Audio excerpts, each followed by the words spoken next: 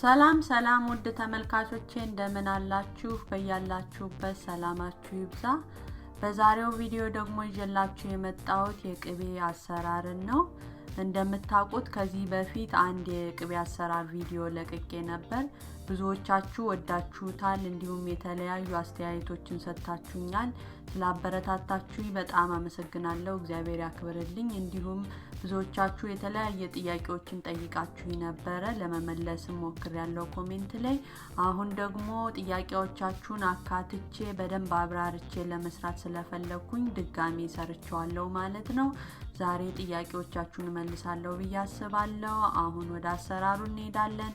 አብራችሁ ይቆዩ።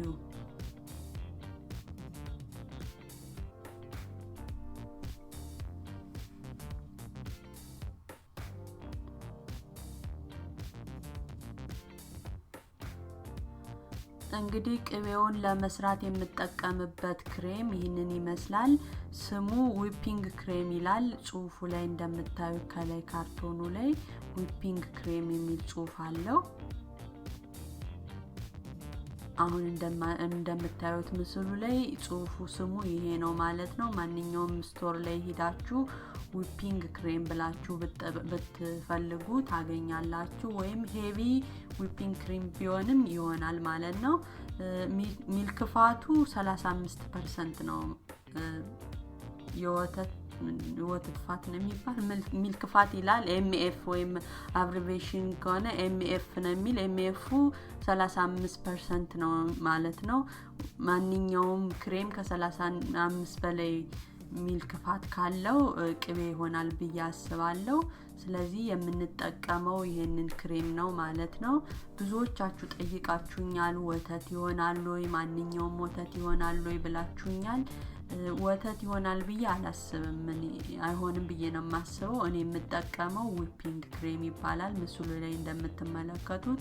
ዛሬ ይህንን ጥያቄ በደንብ የመለስኩ ይመስለኛል ማለት ነው። በጣም ቀላል ነው። እዛኛው ቪዲዮ ላይ ተገልብጧል፣ ማንበብ አልቻልንም ምናምን የሚል አስተያየትም ሰጥታችሁኛል። ዛሬ በትክክል ያሳያችሁ ይመስለኛል። እንደምታዩት አንድ ሊትር ነው። አንዱ እሽግ 1 ሊትር ነው። ለዛሬ የገዛሁት 2 ነው ማለት ነው። 2 ሊትር ማለት ነው ጠቅላላ የምንሰራው። ስለዚህ የምንጠቀመው ዊፒንግ ክሬም ይሄንን ይመስላል። አሁን እንዴት እንደምንሰራ አሳያችኋለሁ ማለት ነው።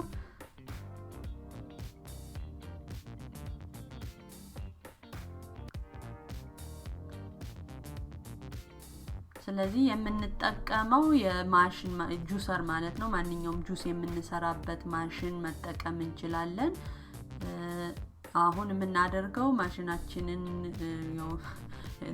ካቀረብን በኋላ ዊፒንግ ክሬሙን እናወህደዋለን ማለት ነው። ምክንያቱም ከስር የረጋ ነገር ካለው በደንብ እንዲዋሃድልን በደንብ ነቅነቅ አድርገን እናወህደውና እንከፍተዋለን። እንደምታዩት እኔ እየከፈትኩ ነው ያለው። ከዛ እንደዚህ ከከፈትነው በኋላ እንደ ማሽናችሁ ነው የምትጨምሩት። ማሽናችሁ ትልቅ ከሆነና 1 ሊትር የሚይዝ ከሆነ ሁሉንም አንዴ ጨምራችሁ መፍጨት ትችላላችሁ። የኔ ማሽን እንደምታዩት በጣም ትልቅ የሚባል አይደለም እና ውሃ ስጨምርበት በኋላ እንዳያንሰኝ ግማሹን ነው የምጨምረው ማለት ነው። እንደምታዩት አሁን ግማሹን ዊፒንግ ክሬም ጨምሬያለሁ ማለት ነው።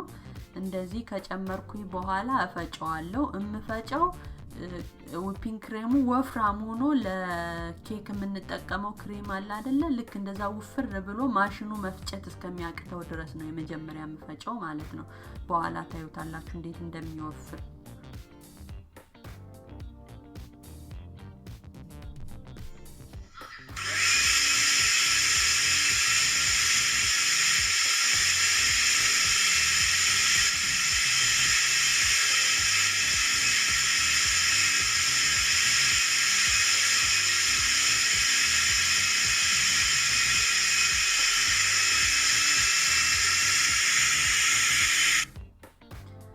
አሁን ድምጹን እንደሰማችሁት ስንፈጭ ልክ ሲወፍር ማለት ነው ማሽኑ ራሱ ድምጹ ይቀየራል። ምክንያቱም በጣም ሲወፍርበት ማሽከርከር ስለሚከብደው የሆነ ሰምታችሁ በደንብ ሰምታችሁት ከሆነ ድምጹ ይቀየራል ማለት ነው። ያኔ ክሬም ወደ ክሬምነት ስለተቀየረ ከፍተን ውሃ እንጨምርበታለን ማለት ነው። እንደምታዩት ወደ ክሬምነት በጣም ወፍሯል፣ ወደ ክሬምነት ተቀይሯል ማለት ነው። አሁን ውሃ እንጨምራለን።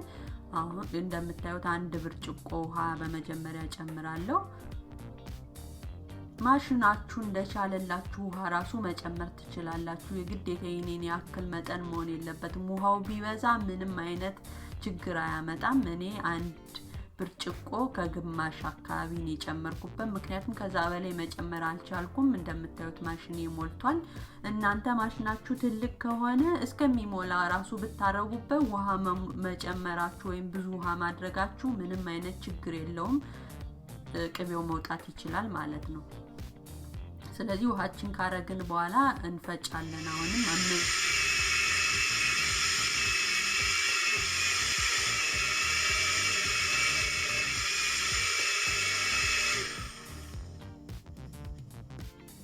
አሁን ፈጭቼዋለሁ። ቅቤው እስከሚወጣ ድረስ ነው የምንፈጨው። ለስንት ደቂቃ እንፍጨው ያላችሁ ልጆች አላችሁ።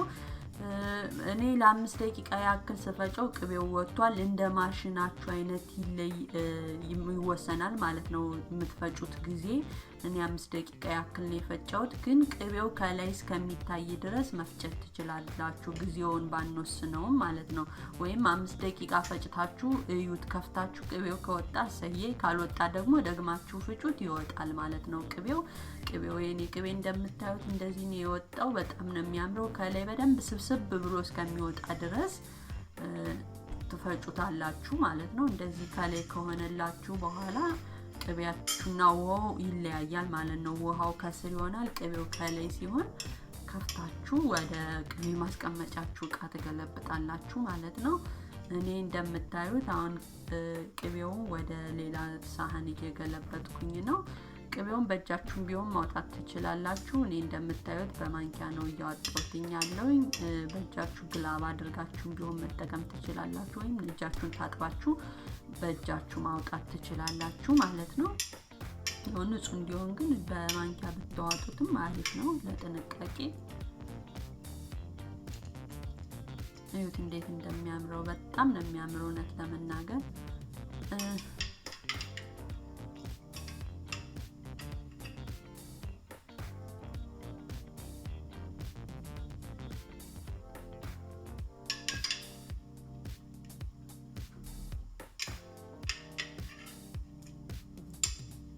እንዲህ ቅቤያችሁን ካወጣችሁ በኋላ ከስር ውሃው ይቀራል ማለት ነው። ቅድም የጨመርነው ውሃ፣ ይህንን ውሃ ድጋሚ እኔ አልጠቀምበትም፣ ምክንያቱም ያው ምንም ስለማይጠቅመኝ ሌላ ውሃ ነው ሁለተኛውን ለመፍጨት አዲስ ውሃ ነው የምጠቀም። ስለዚህ ይህንን ውሃ እንደፈዋለን ማለት ነው።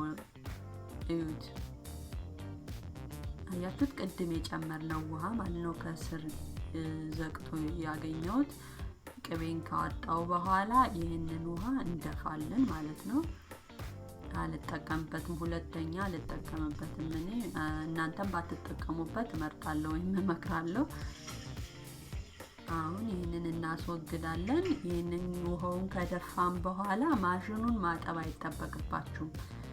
ይህ እንደምታዩት ከግማሽ ሊትሩ ማለት ነው፣ ከግማሹ ያገኘነው ቅቤ ነው። ደግሞ የምናገኘው ቅቤ በጣም ብዙ ነው ማለት ከግማሽ ሊትር ክሬም ያገኘነው ቅቤ ማለት ነው፣ ይሄን ያክል። ስለዚህ ውሃውን ከደፋን በኋላ እንደምታዩት ማሽኑን አላጥበው፣ ምክንያቱም ሁለተኛ ልፈጭበት ስለሆነ ማጠብ አይጠበቅብንም ማለት ነው። ስለዚህ አሁን የቀረውን ቅድም ያስቀረነውን ግማሹን ዊፒንግ ክሬም እንጨምርና ቅድም እንዳደረግነው እንፈጫለን ማለት ነው። መጀመሪያ ክሬም እስከሚሆን ወይም ወፍራም እስከሚሆንልን እንፈጫለን። ከወፈረ በኋላ ደግሞ ቅድም እንዳደረግነው ማለት ነው በድጋሚ የምናደርግ። አሁን በደንብ አዳምጡት፣ ማሽኑ ድምፁ ሲቀየር ማለት ነው ልክ ሲወፍር።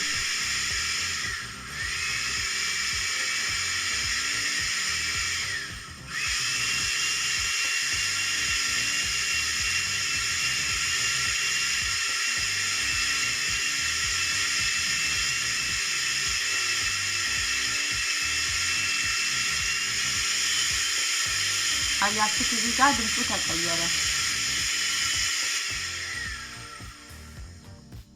ስለዚህ አሁን ወደ ወፍራምነት ተቀይሯል ማለት ነው።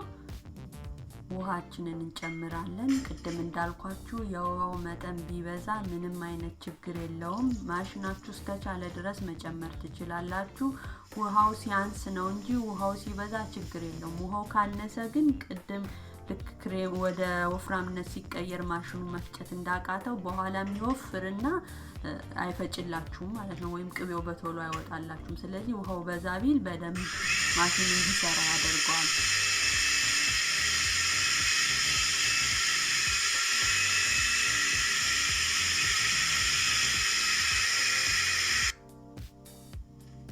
አሁን ሁለተኛውን ማለትም ግማሹን ፈጭቼ ጨርሻለሁ። ቅቤያችንን እናዋጣለን ማለት ነው።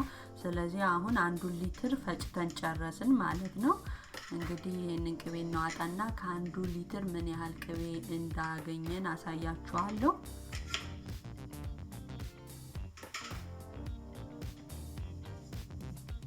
አያችሁት ቅቤው ከላይ እንዴት እንደሆነ። እናንተም መፍጨት ያለባችሁ እንደዚህ ቅቤው ከላይ እስከሚሆን ድረስ ወይም ውሃው ከስር ቅቤው ከላይ እስከሚሆን ድረስ ማለት ነው የምትፈጩት። አሁን ቅቤያችንን ወደ ቅድም ወደ አወጣነው ቅቤ እንጨምራለን።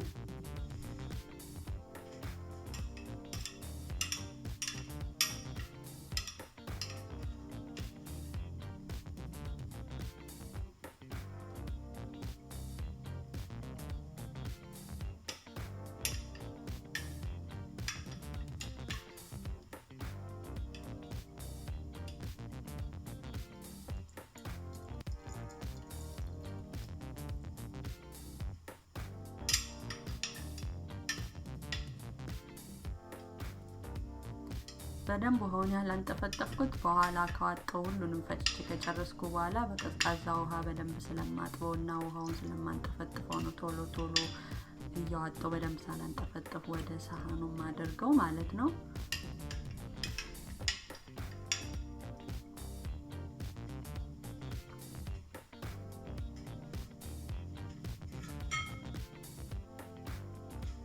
አሁንም ይሄንን ውሃ ደግሜ ያልተጠቀምበትም ሁልጊዜም ከቅቤውን ካወጣው በኋላ የማገኘው ውሃ አስወግዳለሁ ወይም እደፋዋለሁ ማለት ነው።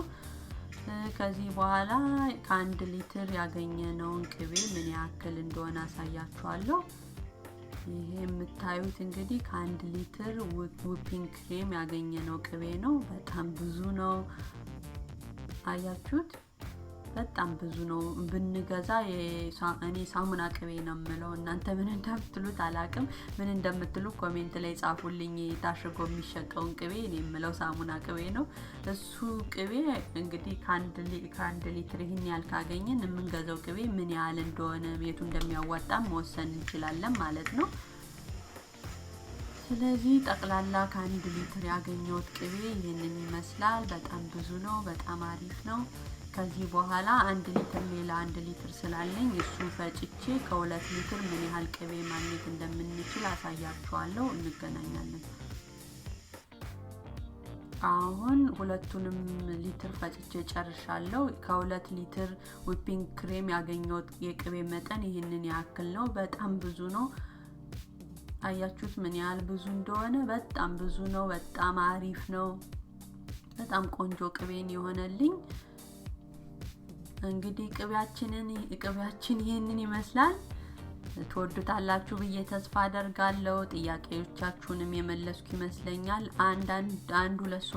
ሁለት ሶስት ሰዎች የምትሆኑ ይሸታል ቅቤው ይሸታል ምናምን ያላችሁኝ አላችሁ። እንዴት እንደሸተተ እናንተ ቅቤ አላቅም። የኔ ቅቤ ምንም አሸተተም። ጀስት ቅቤ ነው የሚለው። የቅቤ ሽታ ማንኛውም አገር ቤት ያለው የቅቤ ሽታ ነው እንጂ ያለው ለየት ያለ መጥፎ ሽታ የለውም። ምናልባት ትክክለኛውን ክሬም ካልተጠቀማችሁ ፒንክ ክሬም ብላችሁ ካልተጠቀማችሁ ለዛ ይሆናል እንጂ የሸተተባችሁ። ይሄኛው ክሬም አይሸትም። ስለዚህ ይሄንን ይመስላል የዛሬው ቪዲዮ።